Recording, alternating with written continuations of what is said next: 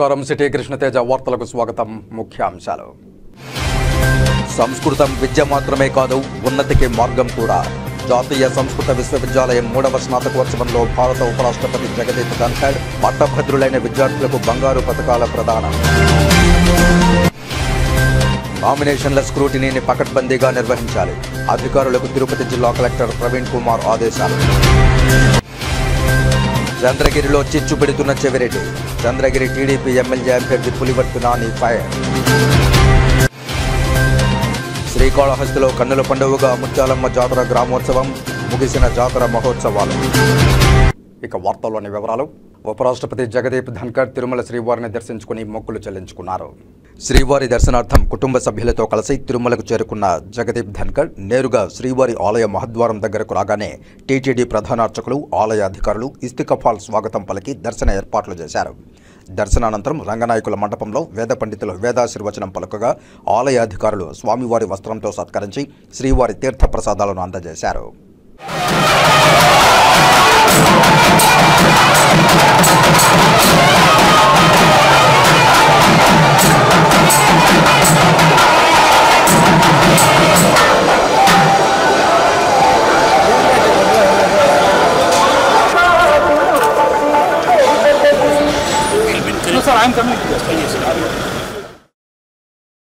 గణిత శాస్త్ర పితామహుడు శ్రీనివాస రామానుజన్ 104వ వర్ధంతి సందర్భంగా తిరుపతి శ్రీ వెంకటేశ్వర యూనివర్సిటీ ప్రకాశం భవనం ఎదురుగా ఉన్న ఆయన విగ్రహానికి రాయలసీమ రంగస్థలి కళాకారులు పుష్పాంజలి ఘటించి ఘనంగా నివాళులర్పించారు ప్రపంచ గణిత మేధావి శ్రీనివాస రామానుజన్ 104వ వర్ధంతి సందర్భంగా తిరుపతి శ్రీ వెంకటేశ్వర యూనివర్సిటీలోని ఆయన విగ్రహానికి రాయలసీమ రంగస్థలి చైర్మన్ గుండాల గోపీనాథ్ రెడ్డి ఆధ్వర్యంలో పుష్పాంజలి ఘటించి ఘనంగా నివాళులర్పించారు ఈ సందర్భంగా ఆయన మాట్లాడుతూ గణిత శాస్త్రవేత్త 20వ శతాబ్దంలో ప్రపంచ ప్రఖ్యాతిగాంచిన గొప్ప గణిత మేధావుల్లో ఒకరు రామానుజన్ అని కొనియాడారు గణితంలో సుమారు 3900 ఫలితాలు రాబట్టారని అందులో చాలా వరకు సమీకరణాలు అనన్యతలే ఉన్నాయన్నారు వీటిని ఇతర గణిత మేధావులు పరిష్కరించలేదని తెలిపారు గణిత విశ్లేషణ సంఖ్యాశాస్త్రం అనంత శ్రేణులు అవిరామ భిన్నాలు లాంటి గణిత విభాగాల్లో విశేషమైన కృషి చేసి అప్పట్లో ఇక పరిష్కారం కావు అనుకున్న సమస్యలకు కూడా పరిష్కారం కనుగొన్న మేధావి శ్రీనివాస రామానుజన్ అయ్యంగారని కొనియాడారు అలాంటి మహనీయుని వర్ధంతిని ఘనంగా జరుపుకోవడం సంతోషమన్నారు ఈ కార్యక్రమంలో రాయలసీమ రంగస్థలి చైర్మన్ గుండాల గోపీనాథ్ రెడ్డి సభ్యులు సుబ్రహ్మణ్యం యాదవ్ ప్రవచనకర్త గరికిపాటి రమేష్ బాబు తొండమనాటి సుబ్రహ్మణ్యం రెడ్డి డాక్టర్ అమరేశ్వరి వినోద్ ప్రకాష్ దీపక్ తదితరులు పాల్గొన్నారు గణిత శాస్త్ర పితామహులు శ్రీ శ్రీనివాస రామానుజన్ గారి 104వ వర్ధంతి సందర్భంగా యూనివర్సిటీలోని ఆయన కాంస్య విగ్రహానికి పుష్పాలంకరణ చేసి ఘన నివాళి అర్పించాము శ్రీనివాస రామానుజన్ గారు గణిత శాస్త్ర పితామహులు ప్రపంచ ప్రఖ్యాతిగాంచిన గణిత మేధావుల్లో 20వ శతాబ్దంలోనే ఆయన ఒక్కరు అలాంటి గణిత శాస్త్ర పితామహుని ఈరోజు వర్ధంతి జరుపుకుంటున్నాము 20వ శతాబ్దంలోనే 3900 ఫలితాలను రాబట్టి అందరికీ సులభతరంగా గణితాన్ని విశ్లేషించిన మహానుభావుడు గణిత శాస్త్రంలో పరిష్కారాన్ని కూడా కనిపెట్టలేని వాటికి కూడా సులభతరంగా గణితాన్ని బోధించిన మహానుభావుడు శ్రీనివాస రామానుజన్ గారు ఆయన వర్ధంతిని ఈరోజు జరుపుకుని ఆయన ఘన నివాళి అర్పిస్తున్నారు పెద్దిరెడ్డి రామచంద్రారెడ్డిపై జనసేన పార్టీ అధినేత పవన్ కళ్యాణ్ చేసిన విమర్శలను శ్రీకాళహస్తిలో వక్ఫ్ బోర్డు రాష్ట్ర ప్రధాన కార్యదర్శి సిరాజ్ బాషా ఖండించారు శ్రీకాళహస్తిలో వక్ఫ్ బోర్డు రాష్ట్ర ప్రధాన కార్యదర్శి సిరాజ్ బాషా విలేకరుల సమావేశం నిర్వహించారు ఈ సమావేశంలో వక్ఫ్ బోర్డు రాష్ట్ర ప్రధాన కార్యదర్శి సిరాజ్ బాషా మాట్లాడుతూ జనసేన పార్టీ అధినేత పవన్ కళ్యాణ్ పిఠాపురంలో మాట్లాడుతూ పెద్దిరెడ్డి 40 హత్యలు చేశారని విమర్శించడంపై ఆయన ఆగ్రహం వ్యక్తం చేశారు పెద్దిరెడ్డి హత్యలు చేసినప్పుడు పవన్ కళ్యాణ్ అక్కడే ఉన్నాడా అంటూ పవన్ కళ్యాణ్ను ప్రశ్నించారు ఎటువంటి ఆధారాలు లేకుండా తమ నాయకుడు పెద్దిరెడ్డిపై ఇలాంటి అసత్యపు ఆరోపణలు చేస్తే పెద్దిరెడ్డి ఆత్మీయులమైన తాము చూస్తూ ఊరుకోబోమని జనసేన పార్టీ అధినేత పవన్ కళ్యాణ్కు తగిన విధంగా బుద్ధి చెబుతామని పవన్ కళ్యాణ్ను హెచ్చరించారు ప్యాకేజీ స్టార్ అయిన పవన్ కళ్యాణ్ కూడా నేడు పెద్దిరెడ్డిని విమర్శించడం హాస్యాస్పదంగా ఉందని, పెద్దిరెడ్డి రామచంద్రారెడ్డి అవినీతి చేయకుండా తెల్ల కాగితంలా ఉన్నారని, అందువల్లే మరోసారి ముఖ్యమంత్రి జగన్మోహన్ రెడ్డి ఆయన్ను ఎమ్మెల్యే అభ్యర్థిగా ప్రకటించారని, పిఠాపురంలో వైకాపాపై తాను ఓడిపోతాననే భయంతోనే పవన్ కళ్యాణ్ ఇలాంటి నిందలు పెద్దిరెడ్డి కుటుంబంపై వేస్తున్నారని, ఇలాంటి మాటలు పునరావృతమైతే రాష్ట్రంలో జనసేన పార్టీ నాయకులను తిరగబోనివ్వమంటూ వైకాపా నాయకులు అడ్డుకుంటామని ఆయన జనసేన పార్టీ అధినేత పవన్ కళ్యాణ్ను హెచ్చరించారు. జనసేన పార్టీ అధ్యక్షులు పవన్ కళ్యాణ్ గారు, మీరు ఈరోజు పెద్దిరెడ్డి గారి మీద, పెద్దిరెడ్డి గారి కుటుంబం మీద విమర్శించడం దానికి మేము హెచ్చరిస్తున్నాము.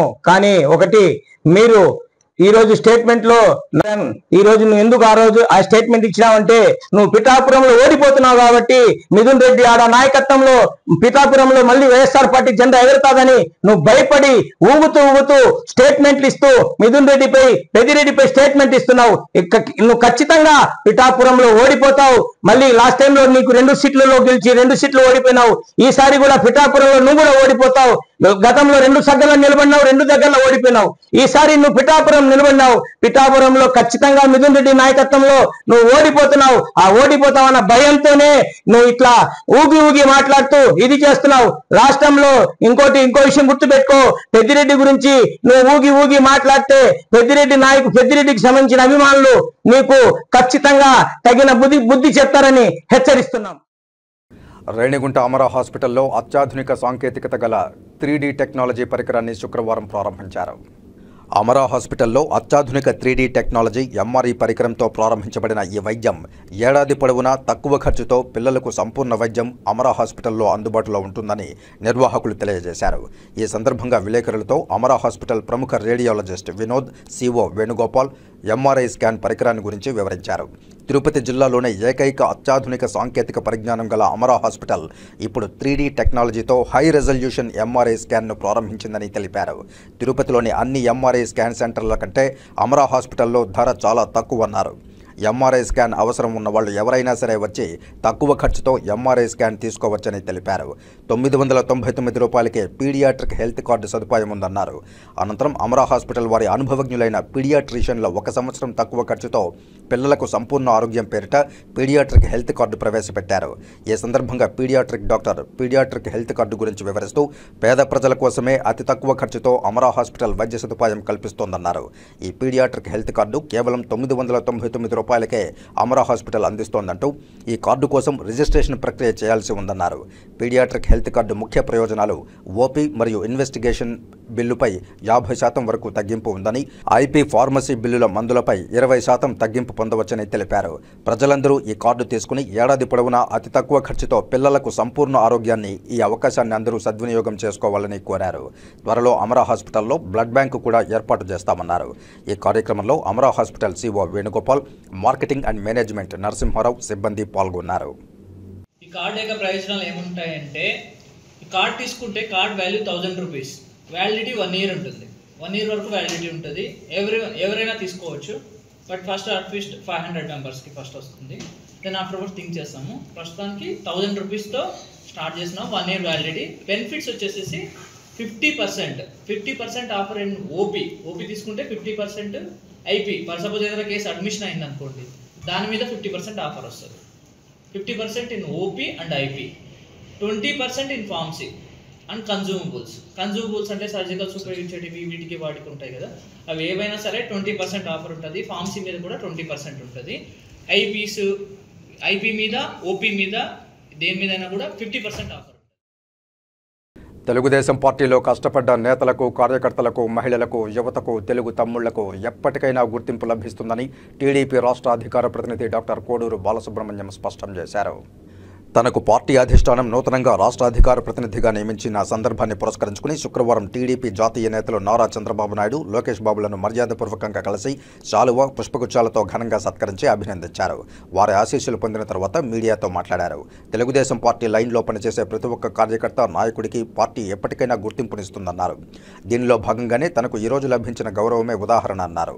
అలాగే తెలుగుదేశం పార్టీ తరపున తిరుపతికి ఎమ్మెల్యే అభ్యర్థిగా నిలబడి ప్రజలకు సేవ చేయాలనే దృఢ సంకల్పంతో ఉన్న తనకు పొత్తులో భాగంగా మహాకూటమికి తిరుపతి అసెంబ్లీ సెగ్మెంట్ ఇచ్చిన విషయాన్ని గుర్తు చేశారు.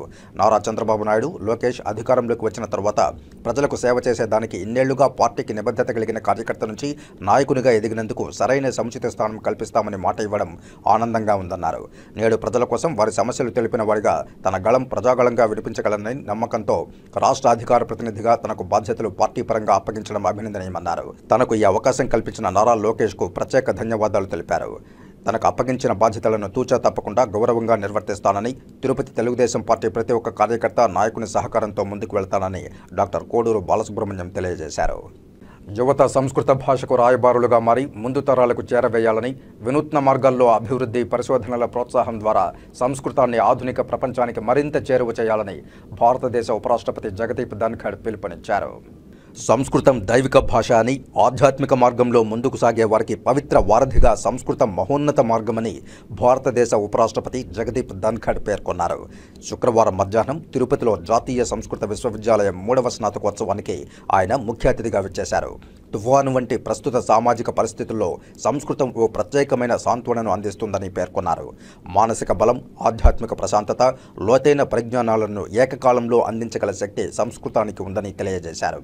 శుక్రవారం ఉదయం ప్రత్యేక విమానంలో ఢిల్లీ నుంచి తిరుపతి చేరుకున్న ఉపరాష్ట్రపతి ముందుగా తిరుమల శ్రీవారిని దర్శించుకున్నారు. తిరుమల శ్రీవారి సేవాభాగ్యం ఆ పరమాత్మునికి మరింత దగ్గరగా ఉన్నామన్న భావనను కలిగించిందని, నేరుగా భగవంతుని ఆశీస్సులు లభించిన అనుభూతి కలిగిందని, దేశ ప్రజలందరి క్షేమం కోసం ఆ కలియుగ ప్రత్యక్ష దైవాన్ని ప్రార్థించినట్లు తెలిపారు. సతీ సమేతంగా తిరుమల శ్రీవారి దర్శనం చేసుకున్న ఆయన సామాజిక మాధ్యమంలో తన అనుభూతిని పంచుకున్నారు. తిరుమల శ్రీనివాసుని దర్శన భాగ్యం తన అదృష్టమని, శేషాచలం పర్వతాల మధ్య నిర్మలమైన వాతావరణంలో నెలకొన్న ఈ ప్రసిద్ధ పుణ్యక్షేత్రం భారతదేశ ఆధ్యాత్మిక వారసత్వానికి మహోన్నత చిహ్నమని, దేశ పౌరుల ఆనందం, శ్రేయస్సు కోసం స్వామివారిని ప్రార్థించినట్లు పేర్కొన్నారు. భారతీయ సనాతన విజ్ఞాన పునరుద్ధరణ ప్రచారంలో జాతీయ సంస్కృత విశ్వవిద్యాలయం వంటి సంస్థల పాత్రను నొక్కి చెప్పిన ఉపరాష్ట్రపతి సంస్కృత వారసత్వానికి, ఆధునిక విద్యా విధానాల అవసరాలకు మధ్య అంతరాన్ని తగ్గించేందుకు వినూత్న మార్గాలను అవలంబించడంతో పాటు కొత్త పాఠ్యాంశాలను అభివృద్ధి చేయడం, పరిశోధనలను ప్రోత్సహించడం మీద దృష్టి నిలపాలని పిలుపునిచ్చారు. విలువైన ప్రాచీన రాతప్రతులను పరిరక్షించడంలో ఆధునిక సాంకేతిక పరిజ్ఞానం వినియోగించుకోవాల్సిన అవసరాన్ని నొక్కి చెప్పిన ఉపరాష్ట్రపతి సంస్కృతం మనల్ని దైవిక మార్గంలో ముందుకు నడపడమే గాక అనేక విషయాల గురించి సమగ్రమైన అవగాహన పెంపొందించుకోవడంలో తోడ్పడుతుందని అభిప్రాయపడ్డారు. సంస్కృతాన్ని మన సాంస్కృతిక వారసత్వ సంపదగా అభివర్ణించిన ఉపరాష్ట్రపతి సంస్కృత పరిరక్షణ, ప్రచారం వంటివి జాతీయ ప్రాధాన్యతగా తీసుకోవాలని సూచించారు. నేటి అవసరాలకు అనుగుణంగా సంస్కృతం అభివృద్ధి చెందాలన్న ఆయన సంస్కృతాభ్యాసాన్ని మరింత సులభతరం చేయాల్సిన అవసరాన్ని ప్రస్తావించారు. ఏ భాషనైనా సమాజం వినియోగించి సాహిత్యాన్ని కూర్చినప్పుడే ఆ భాష మనుగడ సాగుతుందన్న ఆయన భారతీయ వారసత్వానికి మూలమైన సంస్కృత వినియోగం మన దైనందిన జీవితంలో మరింత పెరగాలని సూచించారు. మతపరమైన తాత్విక గ్రంథాలే కాక వైద్యం, నాటకం, సంగీతం, విజ్ఞానం వంటి అంశాల్లో లౌకిక రచన సంపాదనకు కలిగి ఉన్న సంస్కృత భాష వైవిధ్యతను ప్రస్తావించిన ఉపరాష్ట్రపతి ప్రధాన విద్యా స్రవంతిలో సంస్కృతం భాగం కాకపోవడం పట్ల ఆందోళన వ్యక్తం చేశారు. భారతీయ విజ్ఞాన సంస్థల్లో వలసవాద మనస్తత్వ ధోరణి పెరగడమే దీనికి కారణమని, ఈ పరిస్థితిని అధిగమించాల్సిన అవసరం ఉందని పేర్కొన్నారు. సంస్కృత అధ్యయనం కేవలం విద్యకు మాత్రమే పరిమితం కాదని, దీని ద్వారా మానసిక బలం, ఆధ్యాత్మిక ప్రశాంతత, లోతైన పరిజ్ఞానాన్ని అందిపుచ్చుకోవచ్చని పేర్కొన్నారు. సంస్కృత వారసత్వాన్ని ముందుకు తీసుకువెళ్లాలని పిలుపునిచ్చిన ఉపరాష్ట్రపతి అది విద్యాపరమైన జ్ఞానమే కాదు, ఉన్నతికి మార్గమని పేర్కొన్నారు. ఈ అమూల్య వారసత్వానికి యువతరం రాయబారులుగా మారి ముందు తరాలకు అందజేయాలని అభిలషించారు. Friends, it is at Tirupati one comes closest to divinity, spirituality and sublimity. I experienced this at Darshan. I felt blessed and sought bliss for all. I am honored to be here at this third convocation. అనంతరం వివిధ కోర్సుల్లో బంగారు పతకాలు సాధించిన 8 మంది విద్యార్థులకు బంగారు పతకాలను, అలాగే నగదు బహుమతులను ఈ స్నాతకోత్సవంలో విద్యార్థులకు ఉపరాష్ట్రపతి జగదీప్ ధన్ఖడ్ అందజేశారు. బంగారు పతకాలు సాధించిన వారిలో తిరుపతికి చెందిన శతావధాని ఉప్పలధడియం భరత్ శర్మ కూడా ఉన్నారు. గురువులు, తల్లిదండ్రుల యొక్క ఆశీర్వాదంతో ఈరోజు రాష్ట్రీయ సంస్కృత విశ్వవిద్యాలయం తిరుపతిలో మాన్యులు భారతదేశ ఉపరాష్ట్రపతి వర్యులు శ్రీ జగదీప్ ధన్ఖడ్ గారి చేతుల మీదుగా, అలాగే కులపతి వర్యులు శ్రీ జిఎస్ఆర్ కృష్ణమూర్తి మహోదయులు, కులాధిపతులు శ్రీ గోపాలస్వామి గారు మొదలైనటువంటి మాన్యుల చేతుల మీదుగా ప్రాక్శాస్త్రి అంటే ఇంటర్మీడియట్కు సమానమైనటువంటి కోర్సులో 2022-23 సంవత్సరానికి గాను స్వర్ణ పథకాన్ని పొందేటటువంటి మహాభాగ్యం కలిగినందుకు అదృష్టంగా భావిస్తూ ఉన్నాను. రాష్ట్రీయ సంస్కృత విశ్వవిద్యాలయం సంస్కృతిని, ఆంధ్రాన్ని, మన సంస్కృతిని కూడా ప్రోత్సహించేటటువంటి ఒకే ఒక్క గొప్ప విశ్వవిద్యాలయంగా భారతదేశంలో ఎంతో ప్రసిద్ధిగాంచింది. అటువంటి విశ్వవిద్యాలయంలో చదువుకుంటున్నందుకు, నన్ను చదువుకునేలా చేస్తున్నందుకు మా తల్లిదండ్రులకు, మా గురువులకు ఎప్పుడూ రుణపడి ఉంటానని తెలియజేస్తూ ధన్యవాదాలు. నేను భరత్ శర్మ, ఉప్పలధడియం, తిరుపతి నుండి శతావధాని. I am Ritesha Chakrabarti coming from West Bengal. Here I have done my Acharya course and now I get gold medal from Uparashtrapati. I am so glad to come here and thanks to everyone. Thanks to all. Thank you. What's the education here? Yeah, I have completed my education Acharya from here, PG course.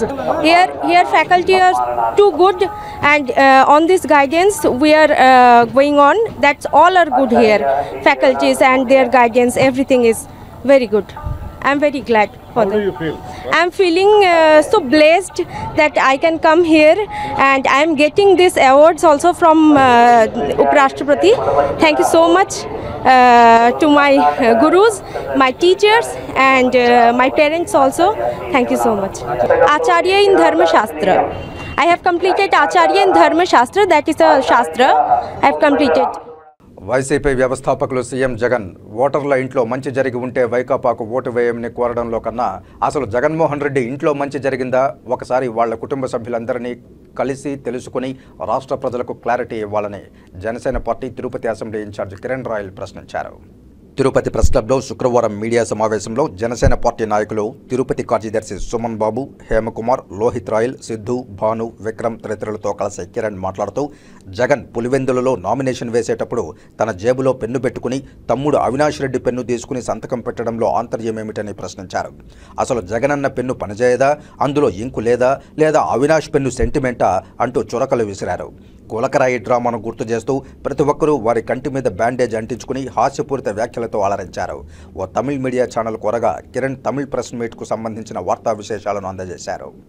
సాక్షాత్తు 5 సంవత్సరాలుగా పరిపాలించిన మన ముఖ్యమంత్రి జగన్మోహన్ రెడ్డి గారు ఆయన జేబులో pen ఉంది. Avinash pen తీసుకుని సంతకం పెట్టాడు. అవినాష్ అంటే చిన్నపిల్లడు, బాబాయ్ చంపేసిన చిన్నపిల్లడు పెన్ను తీసుకుని సంతకం పెట్టాడు. అంటే ఆయన మతి భ్రమించిందా, లేకపోతే ఆ పెన్నులో ఇంకు లేదా, అవినాష్ పెన్ను వాడాల్సిన అవసరం వచ్చింది, డౌట్ వేసింది. అంటే ఇది అనుమానం వ్యక్తం చేసింది. ఎందుకంటే సెంటిమెంట్ ఏమైనా ఆయన పెద్ద పెడితే ఆయన మళ్ళీ ముఖ్యమంత్రి అవుతాడేమో లేదా సెంటిమెంట్. కానీ అర్థం 5 సంవత్సరాలు 130 నుంచి 140 సార్లు బటన్ నొక్కిన ముఖ్యమంత్రి ఆ బరువుతోనో ఆ ప్రెస్టేషన్లోనో పాప ఆయన దగ్గర పెన్ను సంగతి మర్చిపోయినాడు. ఆయన తమ్ముడు పెన్ను తీసుకొని సంతకం పెట్టినాడు. అంటే మన ముఖ్యమంత్రి పరిస్థితి ఎలా ఉంది ప్రజలు తెలుసుకోవాలి. ఆయన ఓటమి భయం కనిపిస్తుంది ఆయనలో. ఆయన ఓడిపోతున్న భయంలో ఆయన జేబులో ఉన్న మౌంట్ బ్లాంక్ పెన్ను కూడా ఆయన మర్చిపోయి పక్కన ఉన్న ₹2 రీపులు తీసుకుని సంతకం పెట్టినాడు. అంటే రీపులకు ఉన్న వాల్యూ కూడా మౌంట్ బ్లాంక్ లేదా, అంటే అవినాష్ దగ్గర ఉన్న పెన్నుకు కూడా జగన్మోహన్ రెడ్డి పెన్ను పవర్ లేదా రాసేయడానికి.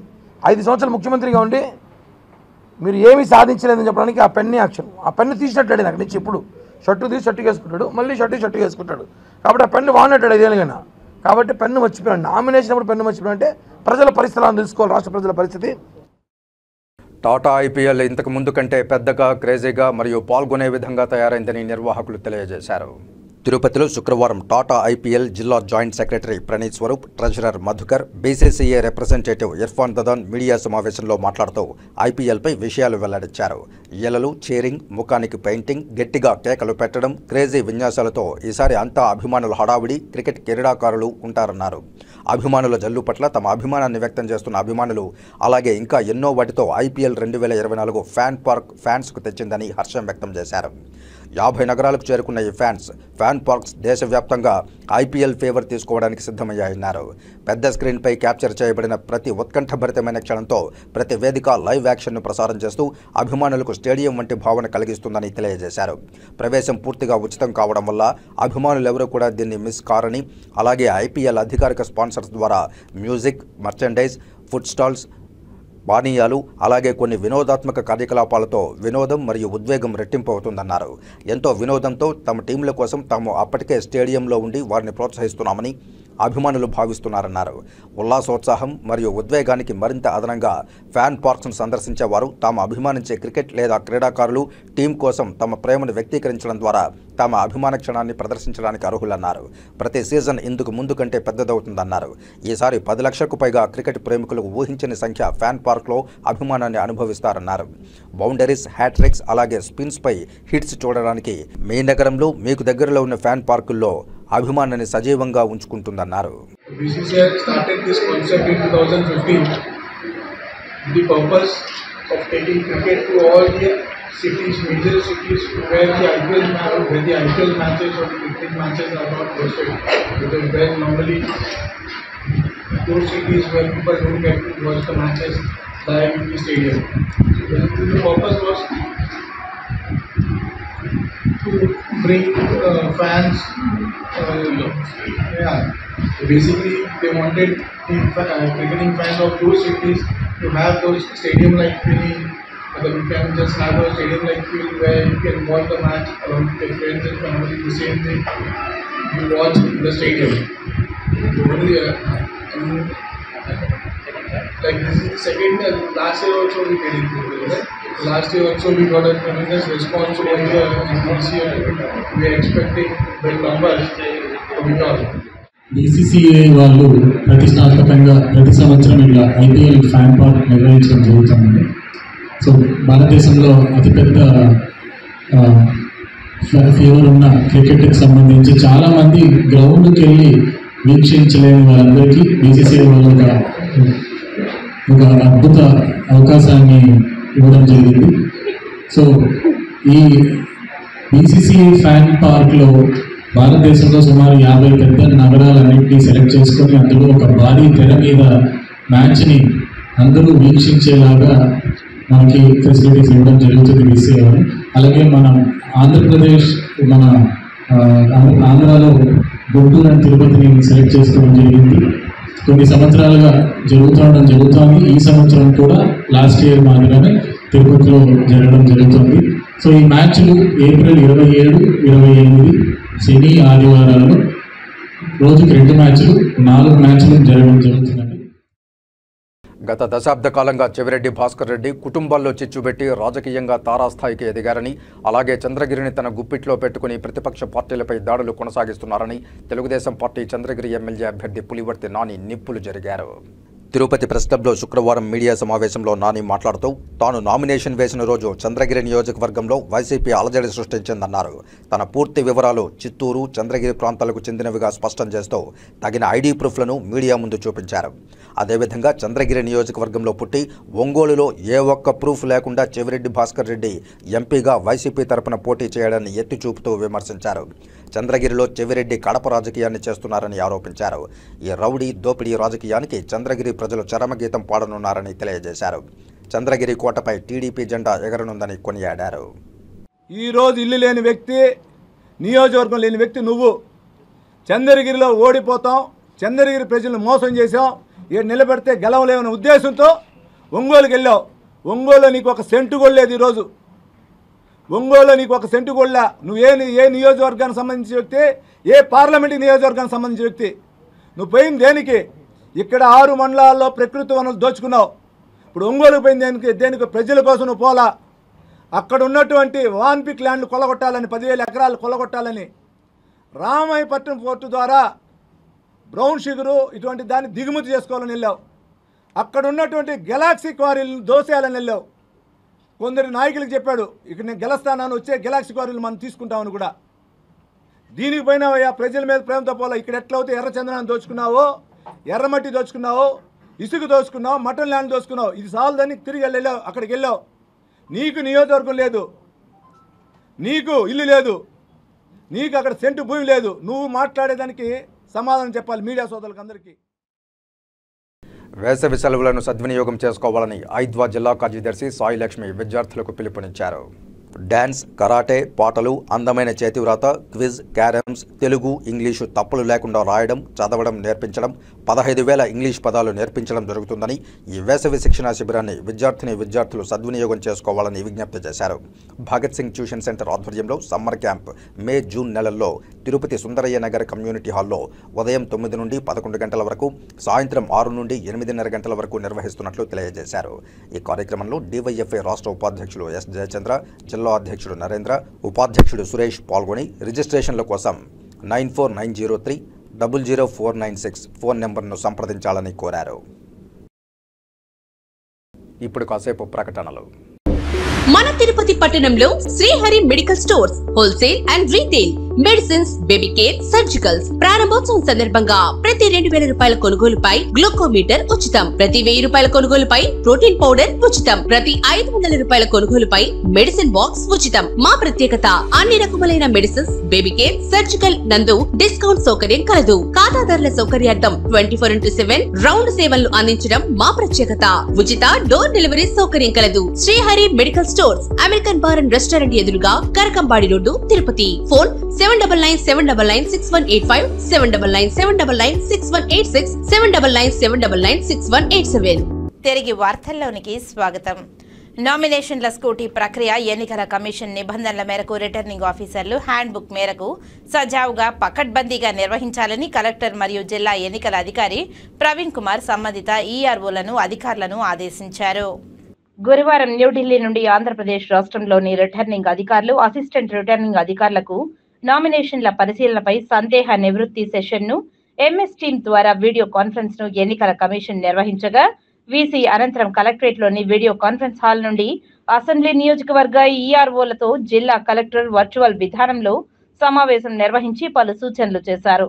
ఈ సందర్భంగా జిల్లా కలెక్టర్ మాట్లాడుతూ ఏప్రిల్ 26వ తేదీ శుక్రవారం తిరుపతి పార్లమెంట్ నియోజకవర్గానికి, అసెంబ్లీ నియోజకవర్గాలకి సంబంధించి నామినేషన్ల స్కూటీ ప్రక్రియ ఎన్నికల కమిషన్ నిబంధనల మేరకు రిటర్నింగ్ హ్యాండ్ బుక్ మేరకు పరిశీలన ప్రక్రియను పకడ్బందీగా నిర్వహించాలని ఆదేశించారు. ఈ సమావేశంలో అన్ని నియోజకవర్గాల ఈఆర్ఓలు, జిల్లా నోడల్ అధికారులు పాల్గొన్నారు. తెలుగుదేశం బీజేపీ బలపరుస్తున్న తిరుపతి జనసేన ఎమ్మెల్యే అభ్యర్థి ఆరణి శ్రీనివాసులను గెలిపించుకుని రావాలని చంద్రబాబు నాయుడు, పవన్ కళ్యాణ్ తమ పార్టీ నేతలను ఆదేశించారు. ఎట్టి పరిస్థితుల్లోనూ తిరుపతి సీటు గెలిచి తీరాలని ఇరు పార్టీల అధ్యక్షులు క్యాడర్ కు స్పష్టం చేశారు. అన్నమయ్య జిల్లాలో ఎన్నికల ప్రచారం ముగించుకుని గురువారం రాత్రి రేణిగుంట విమానాశ్రయం కు మొదట పవన్ కళ్యాణ్ చేరుకున్నారు. 20 నిమిషాల తర్వాత చంద్రబాబు నాయుడు విమానాశ్రయం కు చేరుకున్నారు. పవన్ కళ్యాణ్ తన పార్టీ ఎమ్మెల్యే అభ్యర్థి అయిన ఆరణి శ్రీనివాసులు, ఆయన కుమారుడు జగన్ తో ప్రత్యేకంగా మాట్లాడారు. అందరినీ కలుపుకుని ముందుకు పోవాలని సూచించారు. అనంతరం చంద్రబాబు నాయుడు ఆరణి శ్రీనివాసులతో మాట్లాడిన తర్వాత టీడీపీ మాజీ ఎమ్మెల్యే సుగుణమ్మ, నరసింహ యాదవ్లతో ప్రత్యేకంగా మాట్లాడారు. పొత్తుల్లో భాగంగా జనసేనకు తిరుపతిని కేటాయించినందున అందరూ కలిసికట్టుగా పనిచేసి గెలిపించుకు రావాలని చంద్రబాబు నాయుడు ఆదేశించారు. ఈ కార్యక్రమంలో టీడీపీ శ్రీకాళహస్తి ఎమ్మెల్యే అభ్యర్థి బొజ్జల వెంకట సుధీర్ రెడ్డి, దంపూరి భాస్కర్ యాదవ్, చిన్నబాబు, బుల్లెట్ రమణ, జనసేన ఉమ్మడి చిత్తూరు జిల్లా అధ్యక్షులు పసుపులేటి హరిప్రసాద్, వినూత, సుభాషిణి, రాజారెడ్డి, కిరణ్ రాయల్, ఆనంద్ తదితరులు పాల్గొన్నారు. తిరుపతి జిల్లాలో ఒకరోజు పర్యటనలో భాగంగా రేణిగుంట విమానాశ్రయానికి శుక్రవారం ఉదయం 9:58 సతీ సమేతంగా చేరుకున్న భారత ఉపరాష్ట్రపతి జగదీప్ ధన్కర్ ఆంధ్రప్రదేశ్ రాష్ట్ర గవర్నర్ ఎస్ అబ్దుల్ నజీర్ కు ఘనంగా స్వాగతం పలికారు. Additional DGP CID Sanjay, Tirupati జిల్లా ఎస్పీ కృష్ణకాంత్ పటేల్, తిరుపతి జిల్లా రెవెన్యూ అధికారి పెంచల కిషోర్, జాతీయ సంస్కృత యూనివర్సిటీ ఉపకులపతి GSR Krishnamurthy, protocol SDC Bhaskar Naidu తదితరులు ఉపరాష్ట్రపతికి స్వాగతం పలికిన వారిలో ఉన్నారు. అనంతరం ఉపరాష్ట్రపతి 10:05 రేణిగుంట విమానాశ్రయం నుండి రోడ్డు మార్గాన తిరుమలకు శ్రీవారి దర్శనార్థం బయలుదేరి వెళ్లారు. మధ్యాహ్నం 1 గంటకు జాతీయ సంస్కృత యూనివర్సిటీకి చేరుకొని 3వ స్నాతకోత్సవంలో ముఖ్య అతిథిగా పాల్గొననున్నారు. శ్రీకాళహస్తి మండలంలోని ఊరందూరు గ్రామంలో వైకాపాకు చెందిన దిలీప్ అనే వ్యక్తి ట్రాక్టర్ అగ్నికి ఆహుతి అయింది. పూర్తి వివరాలు ఇలా ఉన్నాయి. విషయం తెలుసుకున్న స్థానిక ఎమ్మెల్యే బియ్యపు మసూదర్ రెడ్డి హుటాహుటిన సంఘటన స్థలానికి చేరుకుని కాలిపోయిన ట్రాక్టర్ ను పరిశీలించి ట్రాక్టర్ యజమాని దిలీప్ ను ఓదార్చారు. ఎమ్మెల్యే బియ్యపు మసూదర్ రెడ్డి మాట్లాడుతూ, కావాలనే తమ పార్టీకి చెందిన దిలీప్ అనే వ్యక్తి ట్రాక్టర్ ను తెలుగుదేశం పార్టీ ఎమ్మెల్యే అభ్యర్థి బొజ్జల వెంకట సుధీర్ రెడ్డి మరియు వారి అనుచరులు కాల్చివేశారని తెలియజేశారు. రాజకీయ స్వలాభాల కోసం నేడు రైతుల ట్రాక్టర్లను తగలబెడుతూ తెలుగుదేశం పార్టీ నాయకులు రాక్షస ఆనందం పొందుతున్నారని, దీనిపై తాము పోలీసులకు మరియు ఎన్నికల అధికారికి ఫిర్యాదు చేశామని, ఈ రైతుకు న్యాయం జరిగే విధంగా పోలీసులు విచారణ జరిపించి న్యాయం చేయాలని కోరారు.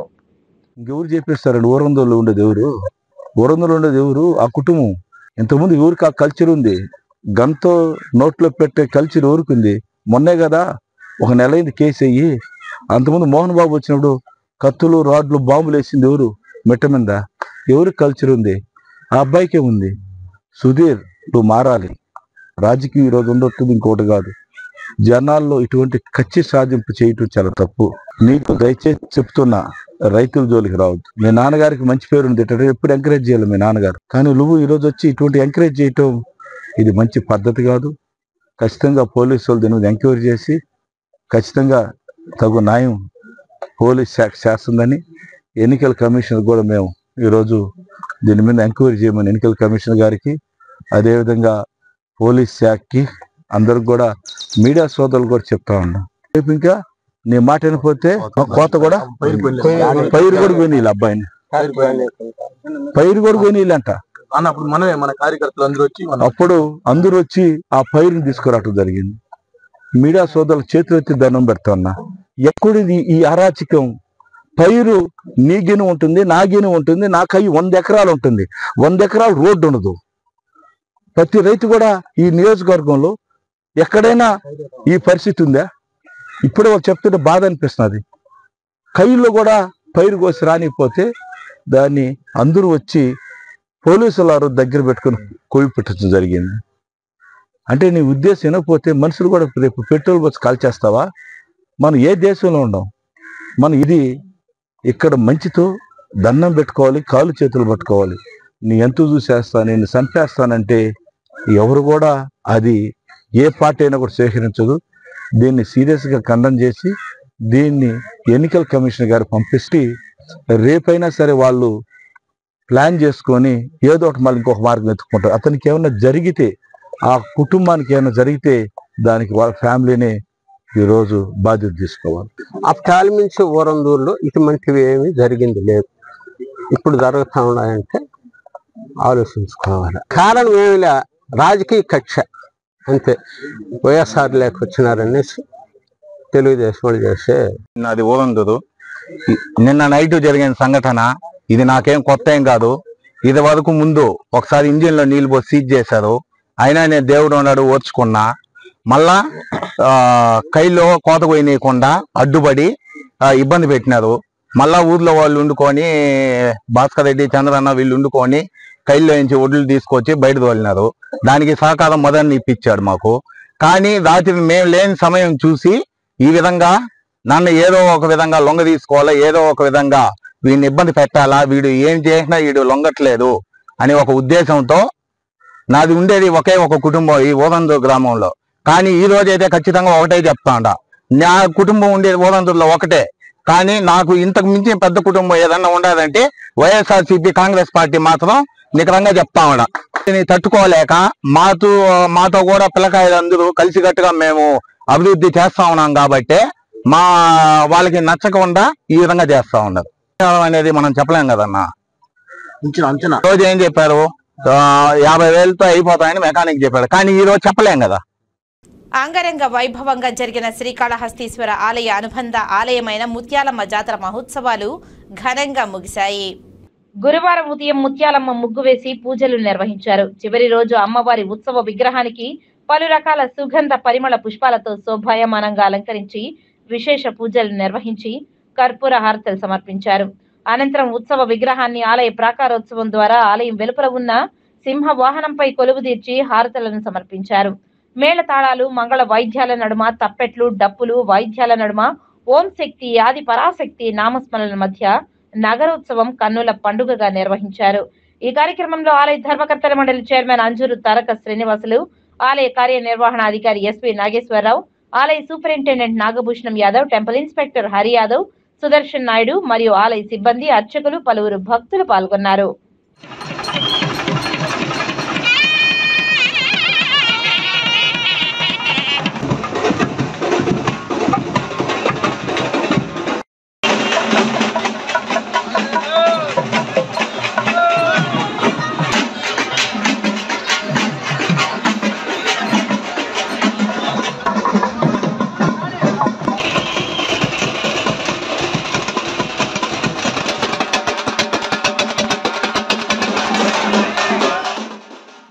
వైఎస్ఆర్ కాంగ్రెస్ పార్టీ పాలనలో రాష్ట్రంలో అరాచకం రాజ్యమేలిందని ఎన్డీఏ కూటమి నేతలు నరసింహ యాదవ్, పసుపులేటి హరిప్రసాద్, వరప్రసాద్లు ఆరోపించారు. 5 ఏళ్ల వైఎస్ఆర్ కాంగ్రెస్ పార్టీ పాలనలో ప్రజలపై 10 లక్షల కోట్ల రూపాయల భారం పడిందని వారు విమర్శించారు. తిరుపతి ప్రెస్ క్లబ్లో శుక్రవారం ఎన్డీఏ కూటమి నేతలు మీడియా సమావేశంలో మాట్లాడుతూ 5 ఏళ్ల సీఎం జగన్ పాలనపై ఛార్జిషీట్ను తెలుగుదేశం పార్టీ తిరుపతి పార్లమెంట్ అధ్యక్షులు నరసింహ యాదవ్, జనసేన ఉమ్మడి చిత్తూరు జిల్లా అధ్యక్షులు హరిప్రసాద్, బీజేపీ జిల్లా ప్రధాన కార్యదర్శి వరప్రసాద్లు విడుదల చేశారు. అనంతరం వారు మాట్లాడుతూ 5 ఏళ్ల సీఎం జగన్ పాలనలో అన్ని వర్గాలు ఇబ్బందులు పడ్డాయన్నారు. కేంద్ర పథకాలకు తన వాటాగా రాష్ట్రం నిధులు కేటాయించకపోవడంతో అవి పూర్తి స్థాయిలో ఆగిపోయాయని వారు వెల్లడించారు. నా ఎస్సీ అంటూ వాళ్లను జగన్మోహన్ రెడ్డి ఓటు బ్యాంకుగానే చూస్తున్నారని వారు విమర్శించారు. ఎస్సీ ఎస్టీ సప్ల నిధులను పెద్ద ఎత్తున జగన్మోహన్ రెడ్డి పక్కదోవ పట్టించారని వారు ఆరోపించారు. కాపులకు 5% రిజర్వేషన్ను కేంద్ర ప్రభుత్వం తెలుగుదేశం కల్పిస్తే అధికారంలోకి వచ్చిన వెంటనే కాపు రిజర్వేషన్ను తొలగించిన చరిత్ర వైఎస్ఆర్ కాంగ్రెస్ పార్టీదని వారు చెప్పారు. మద్యపాన నిషేధం, సిపిఎస్ రద్దు, పోలవరం ప్రాజెక్టు నిర్మాణం పూర్తి చేస్తామని హామీ ఇచ్చిన జగన్మోహన్ రెడ్డి ఏవీ నెరవేర్చలేదని వారు తెలిపారు. తిరుపతిని గంజాయి వనంగా మార్చిన చరిత్ర వైఎస్ఆర్ కాంగ్రెస్ పార్టీ ఎమ్మెల్యేకి, ఆయన తనయుడికే దక్కిందని వారు విమర్శించారు. ప్రజల నుంచి దోచుకున్న డబ్బుతో ఎన్నికల్లో గెలవాలని చూస్తున్న వైఎస్ఆర్ కాంగ్రెస్ పార్టీని ప్రజలు ఇంటికి పంపాలని నిర్ణయం తీసుకున్నారని వారు చెప్పారు. ప్రజలు ప్రస్తుత ఎన్నికల్లో తిరుపతి ఎమ్మెల్యేగా ఎన్డీఏ కూటమికి చెందిన జనసేన అభ్యర్థి ఆరణి శ్రీనివాసులకు గాజు గ్లాసు గుర్తుపై ఓటేసి గెలిపించాలని, ఎంపీగా బీజేపీ అభ్యర్థి వరప్రసాద్ను కమలం గుర్తుపై ఓటేసి గెలిపించాలని వారు ప్రజలకు విజ్ఞప్తి చేశారు. కేంద్ర ప్రభుత్వం, రాష్ట్ర ప్రభుత్వ నిధులతో కంప్లీట్ చేయాల్సిన ప్రాజెక్టులు అయితేనేమి, అనేక సంస్థలను తీసుకురావడంలో కానీ, అదేవిధంగా రైల్వే జోన్కి సంబంధించి కానీ, ఈ విధంగా చెప్పుకుంటూ పోతే ప్రతి ఒక్కటి కూడా ఈ జగన్మోహన్ రెడ్డి పరిపాలనలో అన్నీ కూడా వెనక్కి వెళ్ళే పరిస్థితులు వచ్చాయి. అదేవిధంగా ఈ ముఖ్యంగా కూడా బడుగు బలహీన వర్గాలకు సంబంధించి ఎస్సీ ఎస్టీ బీసీ మైనార్టీ వర్గాల సప్లాన్ నిధుల్ని లక్షల కోట్లు దారి మళ్లించాడు. బడుగు బలహీన వర్గాలకి ప్రభుత్వ పరంగా చేయెత్తినివ్వాల్సింది పోయి వాళ్ళకి చెందాల్సిన లక్షల కోట్ల నిధుల్ని దారి మళ్లించి ఏ విధంగా ఆ కుటుంబాలన్నింటినీ కూడా రోడ్లు పాలు చేశారో మనం చూస్తూ ఉన్నాం. అదేవిధంగా ఈరోజు ప్రాజెక్టుల విషయంలో చూస్తే భారీ ఎత్తున కూడా ఆ ప్రాజెక్టు పోలవరం చూస్తే గతంలో చంద్రబాబు నాయుడు గారి పరిపాలనలో పోలవరం ప్రాజెక్టుకి సంబంధించి ఒక విజన్ డాక్యుమెంట్తో ఆయన ప్రతి వారం కూడా సోమవారం ఆయన ఏ విధంగా పోలవరం డేగా ప్రకటించుకొని ఆ యొక్క 70% పనులు కంప్లీట్ అయ్యాయి.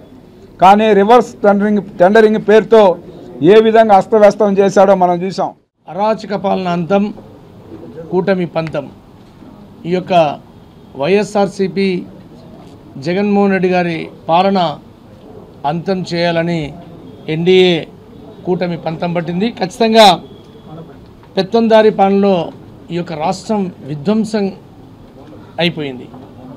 ఈ వైఎస్ఆర్సిపి 5 ఏళ్లలో ఏం చేసింది అంటే, ఆయన నడుస్తూ వెళుతూ దాదాపు 730 హామీలు ఇచ్చి వాటిలో 85% పూర్తి చేయకుండా నేను 99% పూర్తి చేశాను అని ఈ అబద్ధాల ముఖ్యమంత్రి, ఆయన హామీలు అబద్ధాలు, ఆయన పరిపాలన అబద్ధం.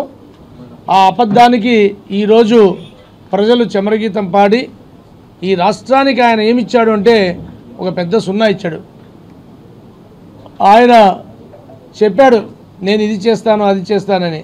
పోలవరం ప్రాజెక్ట్ వచ్చిందా? రాలేదు. అలాగే క్యాపిటల్ వచ్చిందా? రాలేదు. అలాగే మద్యపాన నిషేధం, సంపూర్ణ మద్యపాన నిషేధం మహిళలకు మాటిచ్చాడు, అయిందా? నో. ఇలాగా ఉద్యోగస్తులకు మాటిచ్చాడు, అది సిపిఎస్ రద్దని, అది కూడా నో. అలాగా ప్రజలకు ఈ 5 సంవత్సరాలు ఆయన ఇచ్చినవి నోలన్నింటినీ కలుపుకొని ప్రజలు ఈరోజు ఒక పెద్ద నో ఆయనకు చెప్పబోతున్నారు. నువ్వు మాకు వద్దు అని ఒక నో బటన్ని నొక్కి ఈరోజు వైఎస్ఆర్సీపీ పాలన అంతం చేస్తూ 2019లో అధికారం వచ్చినటువంటి జగన్మోహన్ రెడ్డి గారు ఈ ఆంధ్రప్రదేశ్ని అవినీతి ప్రదేశంగా చేసినటువంటి ఘనత మన జగన్మోహన్ రెడ్డి గారికి జరుగుతుంది. ఈరోజు రాష్ట్ర పరిస్థితి చూస్తే ఆయన అమలుగానే హామీలు మళ్ళీ ఇస్తున్నారు.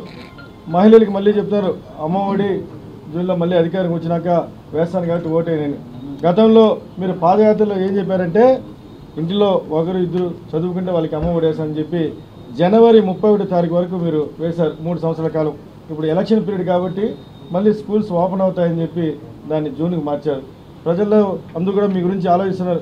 ఎందుకంటే మీరు కరెంటు బిల్లు చూపించి మీ ఇంట్లో కారు ఉందని చూపించి మీరు ఏ రకంగా అమ్మఒడిని క్యాన్సిల్ చేశారో ప్రజలందరూ ఆలోచిస్తున్నారు. అలాగే మద్యం మీద మీరేం చేశారంటే విడతల వారీగా 2024 ఎలక్షన్ లోపల దాన్ని పూర్తిగా నిషేధించి రాబోయేటువంటి ఎలక్షన్లో మళ్ళీ మిమ్మల్ని ఓటాడదని చెప్పినటువంటి జగన్మోహన్ రెడ్డి గారు ఈరోజు ఏర్లే పాలవుతుంది మద్య విషయం. అలాగే మీరు మళ్ళీ చెప్తున్నారు నేను మళ్ళీ రెండోసారి అధికారం వస్తే మరి ఒకసారి అవకాశం ఇస్తే ఈ ఆంధ్రప్రదేశ్లో మనం ఎవరు తిరగాల్సిన అవసరం లేదు. ఇక వార్తలు ముగించే ముందు ముఖ్యాంశాలు మరోసారి చూద్దాం. సంస్కృతం విద్య మాత్రమే కాదు, ఉన్నతికి మార్గం కూడా. జాతీయ సంస్కృత విశ్వవిద్యాలయం 3వ స్నాతకోత్సవంలో భారత ఉపరాష్ట్రపతి జగదీప్ ధన్ఖర్ పట్టభద్రులైన విద్యార్థులకు బంగారు పతకాల ప్రదానం. నామినేషన్ల స్క్రూటినీని పకడ్బందీగా నిర్వహించాలి. అధికారులకు తిరుపతి జిల్లా కలెక్టర్ ప్రవీణ్ కుమార్ ఆదేశాలు. చంద్రగిరిలో చిచ్చు పెడుతున్న చెవిరెడ్డి. చంద్రగిరి టీడీపీ ఎమ్మెల్యే అభ్యర్థి పులివర్తి నాని ఫైర్. శ్రీకాళహస్తిలో కన్నుల పండుగగా ముత్యాలమ్మ జాతర గ్రామోత్సవం. ముగిసిన జాతర మహోత్సవాలు. ఈ వార్తలు ఇంతటితో సమాప్తం. నమస్కారం.